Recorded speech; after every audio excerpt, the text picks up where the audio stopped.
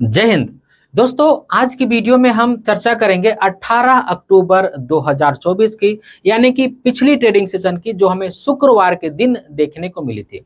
शुक्रवार के दिन ट्रेडिंग के दौरान जिस तरह का उलटफेर हमें देखने को मिला है, उससे हम यही कह सकते हैं कि स्टॉक मार्केट ने दिया चकमा, लमसम करने वाले देखते ही रह गए। लेकिन अब यहाँ पे एक सवाल भी खड़ा हो गया कि अब हमें क्या करना चाहिए।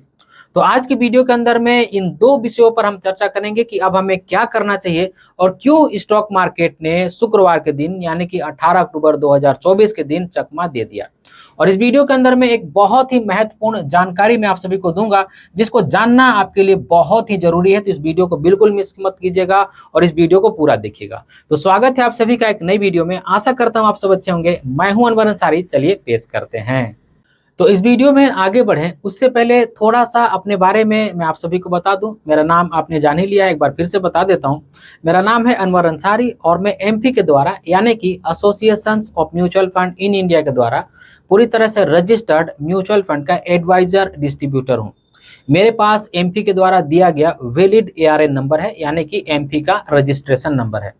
तो अगर आप एक ऐसे व्यक्ति हैं जिन्होंने म्यूचुअल फंड में कभी भी इन्वेस्ट नहीं किया, कारण कुछ भी हो सकता है, आपको डर लगता है, आपको घबराहट होता है, या फिर आपको अच्छा सा सपोर्ट नहीं मिला, या फिर आप म्यूचुअल फंड के एग्जिस्टिंग इन्वेस्टर हैं और म्यूचुअल फंड से संबंधित किसी भी तरह का आपको सर्विस चाहिए, तो आप इस नंबर पर कॉल करके मुझसे जुड़ सकते हैं।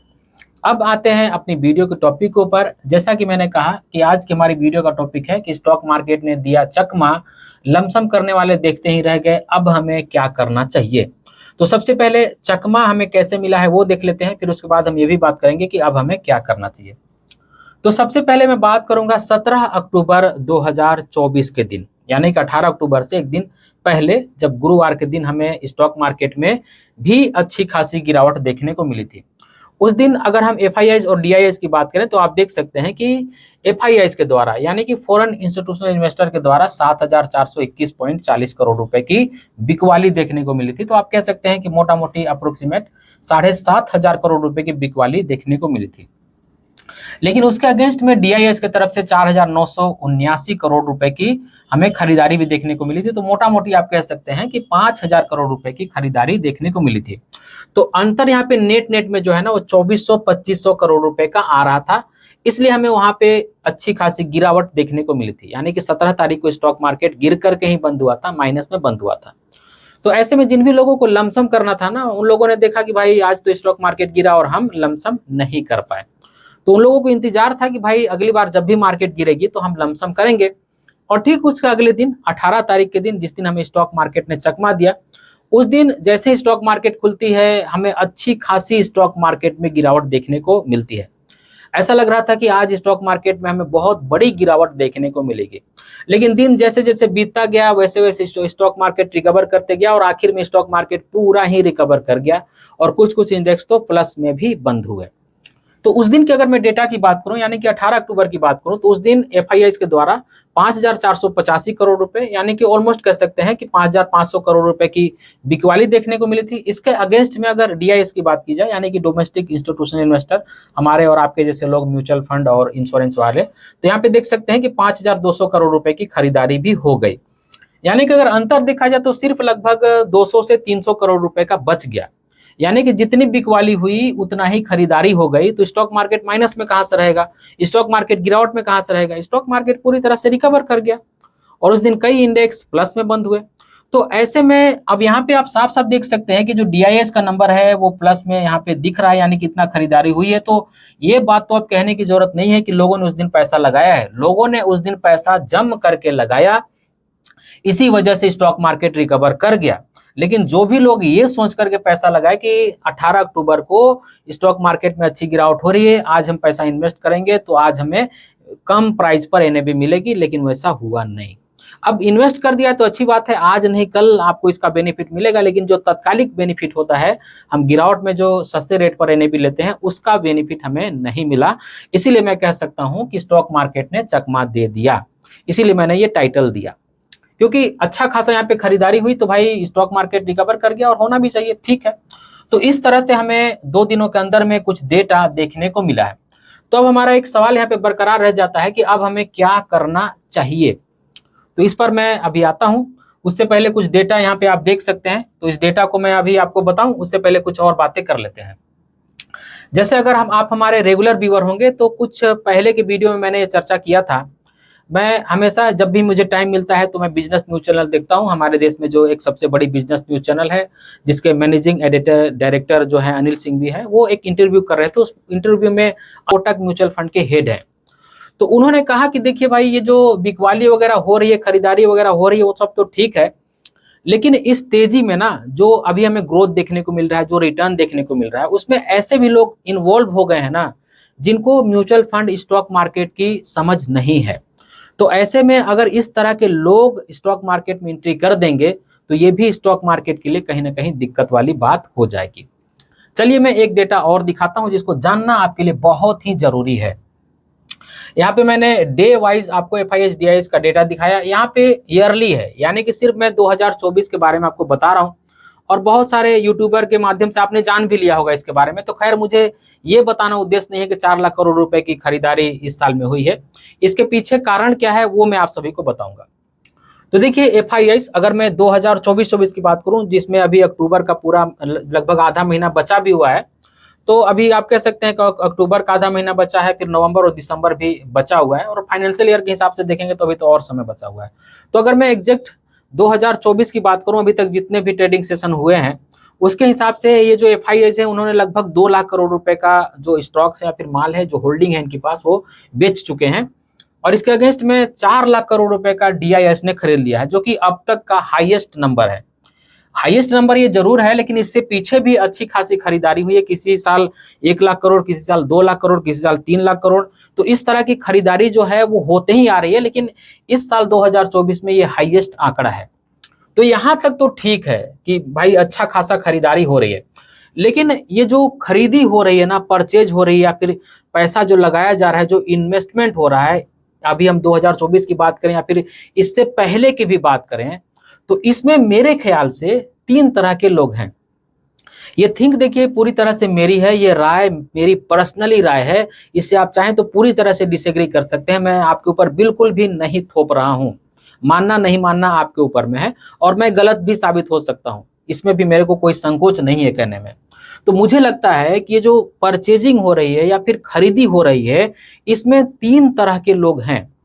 एक तो वो लोग हैं जो स्टॉक मार्केट और म्यूचुअल फंड को अच्छे से जानते और समझते हैं।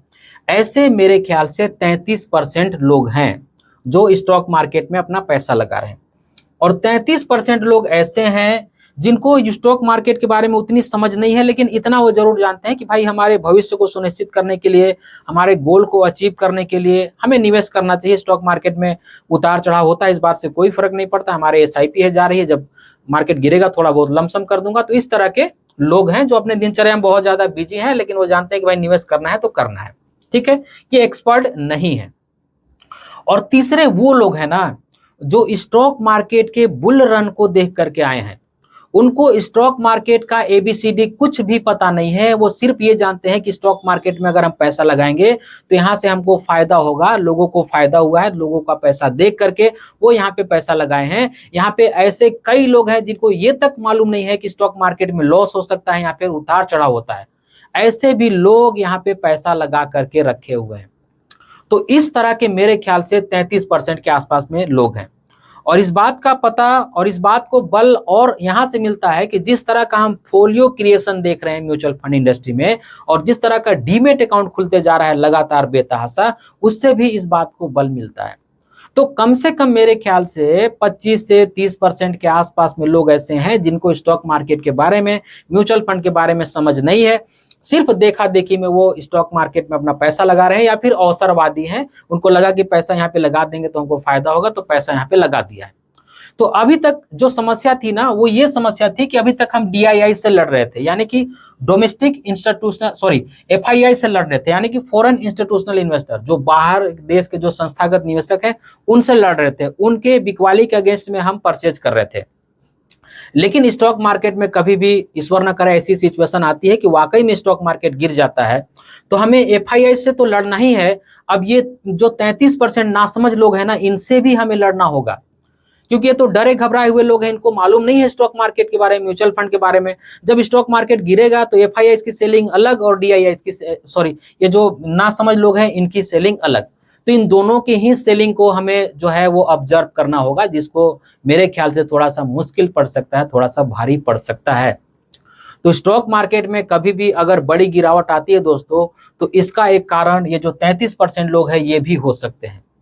तो अब हमें कम से कम ये चाहिए कि हमारे आसपास में जो लोग हैं, जो ऐसे जाने अनजाने में इन्वेस्ट कर रहे हैं, सिर्फ देखा देखी में, उनको अवेयर करने की जरूरत है, या फिर उनको खुद से ही अवेयर होना चाहिए, ताकि जब भी स्टॉक मार्केट में सिचुएशन ऐसी हो तो डर करके, घबरा करके, उनको बेच करके हमारे इंडियन स्टॉक मार्केट का माहौल बिल्कुल भी खराब नहीं करना चाहिए। और आप अक्सर देखते होंगे कि स्टॉक मार्केट कितना भी मजबूत हो, यहाँ पे गिरावट आता ही है, और स्टॉक मार्केट में गिरावट होना एक अच्छी बात है। जी हाँ दोस्तों, मैं एक बार फिर से कह रहा हूं कि स्टॉक मार्केट में गिरावट होना बीच बीच में अच्छी बात है, जिसे हम हेल्दी करेक्शन कहते हैं। हेल्दी करेक्शन होना बहुत ही जरूरी है। जब भी स्टॉक मार्केट में हेल्दी करेक्शन होती है, कुछ समय के लिए अच्छा खासा में 10-15% का गिरावट देखने को मिलता है, तो इस तरह के जो पैनिक करने वाले लोग हैं ना, वो निकल जाते हैं स्टॉक मार्केट से, बाहर हो जाते हैं घबरा करके, और ये स्टॉक्स या फिर होल्डिंग मजबूत हाथों में जाती है, फिर उसके बाद ही स्टॉक मार्केट ऊपर जा सकता है। जब तक स्टेबल हाथों में कोई भी होल्डिंग नहीं जाएगी, तब तक स्टॉक मार्केट ऊपर नहीं जा सकता है। इसलिए हेल्दी करेक्शन भी जरूरी है। और इन सारी चीजों को देख करके मुझे ऐसा लगता है कि स्टॉक मार्केट में बहुत पहले से करेक्शन आ रहा है, आज भी आ रहा है और आगे भी आता रहेगा। तो अगर आप किसी कारण से चूक गए हैं इस गिरावट का फायदा लेने के लिए, या फिर आपने पैसा लगा भी दिया, गिरावट का फायदा नहीं हुआ, तो आपको बिल्कुल भी घबराना नहीं है, सोचना नहीं है, चिंतित बिल्कुल भी नहीं होना है। आगे आपको और भी अच्छे अच्छे मौके मिलेंगे जहां पे आप पैसा अपना लगा सकते हैं। बस आपको भी यही करना है कि पेशेंस रखना है, जब आपको अच्छा मौका मिले फिर उसके बाद आपको इन्वेस्ट करना है। अब यहाँ पे मैं अपने टेलीग्राम चैनल के बारे में आप सभी को बता दूं कि हमारा एक टेलीग्राम चैनल है जिस पर मैं बिल्कुल free of cost lump sum call देता हूं, लेकिन ये होता आपके ऊपर है पूरी तरह से। हमारा अगर आप टेलीग्राम चैनल ज्वाइन कर लेंगे, तो जब भी स्टॉक मार्केट में गिरावट होती है, जब भी लमसम करने का अच्छा मौका होता है, तो मैं आप सभी को बिल्कुल फ्री ऑफ कॉस्ट सही समय पे नोटिफाई कर देता हूं कि अभी स्टॉक मार्केट में गिरावट हो रही है। अगर आप चाहें तो इस गिरावट का फायदा उठा करके अपने म्यूचुअल फंड में लमसम कर सकते हैं। तो अगर आप चाहते हैं कि हमें बिल्कुल free of cost lump sum call मिले, तो लिंक मैं डिस्क्रिप्शन बॉक्स में दे दे रहा हूं हमारे टेलीग्राम चैनल का, आप ज्वाइन करना बिल्कुल भी मत भूलिएगा। तो आज की इस वीडियो के अंदर में यही वो बातें थी दोस्तों, जिसको एक छोटी सी वीडियो के माध्यम से मैंने आप सभी के बीच में रखने की कोशिश की है। और इस वीडियो को लेकर के आपकी क्या राय है, आप कमेंट सेक्शन में बता सकते हैं, मुझे आपके राय का इंतजार रहेगा। तो आज की इस वीडियो के अंदर में बस इतना ही। उम्मीद करता हूं आज की वीडियो आप सभी को अच्छी लगी होगी। अगर आज की वीडियो आप सभी को अच्छी लगी है तो इस वीडियो को एक लाइक जरूर कर दीजिएगा, और इसी तरह की वीडियो देखने के लिए चैनल को सब्सक्राइब कर लीजिएगा, और इस वीडियो को अपने फ्रेंड और फैमिली के बीच जरूर से शेयर कीजिएगा, ताकि वो भी अवेयर हो जाए।